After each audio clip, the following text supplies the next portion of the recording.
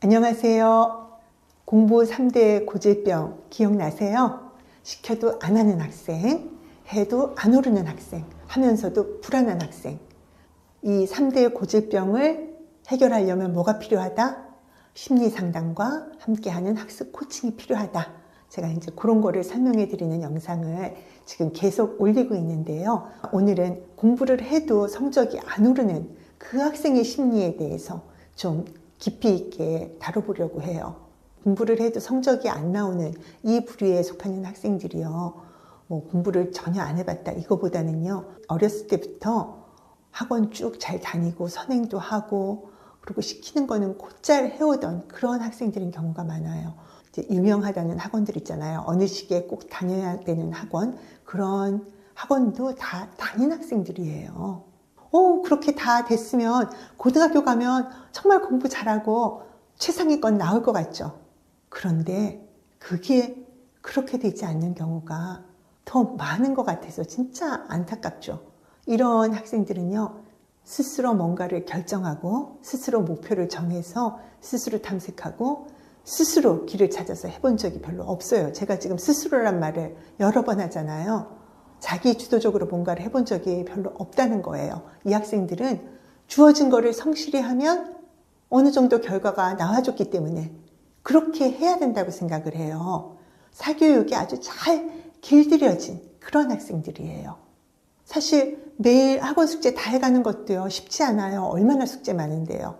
그리고 학교 수행까지 거기다 더해지기 시작하죠. 그러면 진짜 바쁘고 힘들어요. 그래서 이 학생들은 주어진 거는 성실히 해야지, 그리고 하라고 하는 거 다 따라서 잘 해야지, 이런 마음을 가지고 있어요. 그런데 그 선을 넘어서서 나만의 공부를 만들어낸다. 그런 거는 힘들어해요. 그래서 공부를 한다고 시간도 투자하고 노력도 하지만 이게 얘네들이 신기하게도 중위권을 벗어나기를 힘들어해요. 특히 이렇게 대치동 같은 학군지나 특목고 자사고 이렇게 경쟁이 치열한 학교에서는요, 더 그래요. 제가 예전에 상담했던 학생인데요. 이 학생은 시험이 다가오면 거의 밤을 새면서 잠도 못 자고 공부를 해요. 그런데도 성적이 중위권에 계속 머무르고 있는 거예요. 그런데 중위권 성적이라고 하지만 이 학군지 대치동에서 경쟁이 정말 치열한 학교들이잖아요. 그래서 한 과목에 2개 틀리면요, 바로 중위권으로 떨어지는 거거든요. 그리고 여기 내신 시험 문제가 모의고사 문제보다 더 어렵잖아요. 그러니까 이 학생도 중학교 때까지는 공부 잘했어요. 그리고 이 대치동에서 로드맵 이런 얘기 하는데 그거 따라서 다녀야 할 학원 다 다녔고 선행도 다 되어 있는 학생이에요. 그리고 고등학교 가서 잠도 못 자고 수행에 시험 공부에 열심히 다 했는데 성적이 상위권이 안 나오고 중위권이 나오니까 얘도 그렇고 부모님도 그렇고 얼마나 멘붕이 왔었겠어요. 그럼 이런 학생의 심리는 뭘까? 궁금하시죠?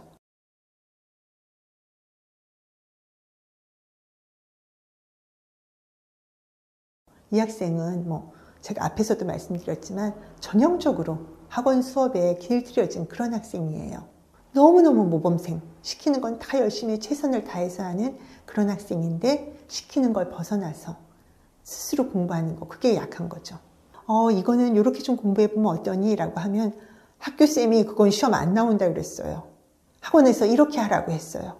그런 답이 늘 돌아오거든요.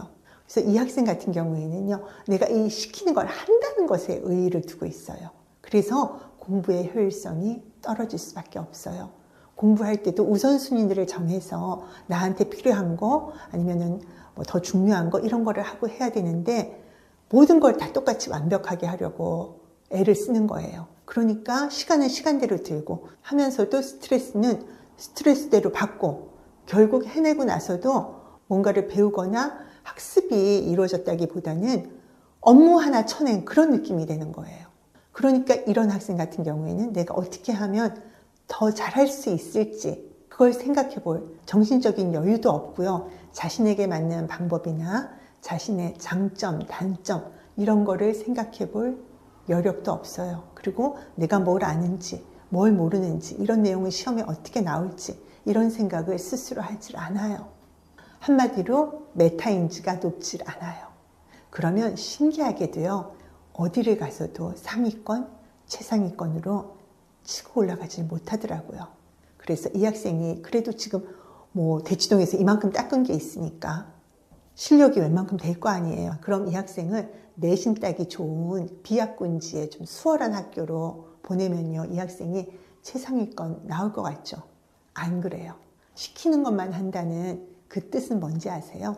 딱 필요한 거, 그것만 하겠다는 뜻이거든요. 그걸 넘어서서 하고자 하지 않기 때문에요. 내신이 쉬운 학교를 가면요, 그 학교 수준에 맞춰서 거기에 필요한 것들만 딱 하고 마는 거예요. 그래서 이런 소극적인 심리, 공부가 내게 아니고 누군가 다른 사람의 것인 것 같은 이 심리를 바꿔야 돼요. 그러기 위해서는 이런 학생들한테는 메타인지를 키우는 게 이게 굉장히 필요하고 중요하거든요. 메타인지라는 건 자기에 대해서 아는 거예요. 즉 자기가 그 모든 것의 주인이 되는 그런 마음이거든요. 근데 이렇게 중위권에 머무는 학생들은요, 자신에 대해서 아는 걸 피하고 싶어 해요.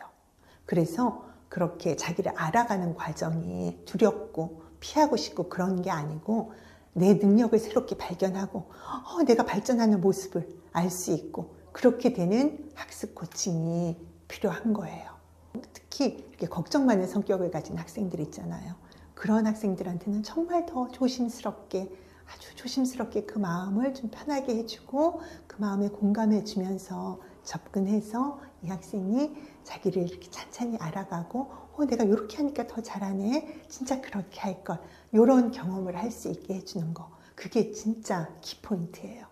그래서 학생은 학생대로 공부한다고 하는데 성적이 안 나오면 어머님들이 또 마음이 아파서 야단치기도 힘들잖아요. 그리고 어머니들 애만 타시죠. 그래도 엄마한테 짜증내지 않는 애들은 정말 천사 같은 애들이고요. 아이들의 좌절감과 스트레스는 대부분 그게 엄마의 몫이 돼버리는 것 같아요. 자녀들이 공부하는데 이 공부에서 뭔가 정체되는 것 같고 중위권 박스에 갇힌 것 같고 효율이 안 나는 것 같고 그러면 또 어머님들은 학원 새로 알아보시고 선생님 바꾸려고 알아보시고 이러시잖아요. 그러기에 앞서서 공부마음 학습 코칭에서 학생이 왜 중위권 박스를 못 벗어나는지 그 문제를 진단을 받고 거기에 맞게 상담과 학습 코칭을 받으시면 중위권 박스 벗어날 수 있습니다.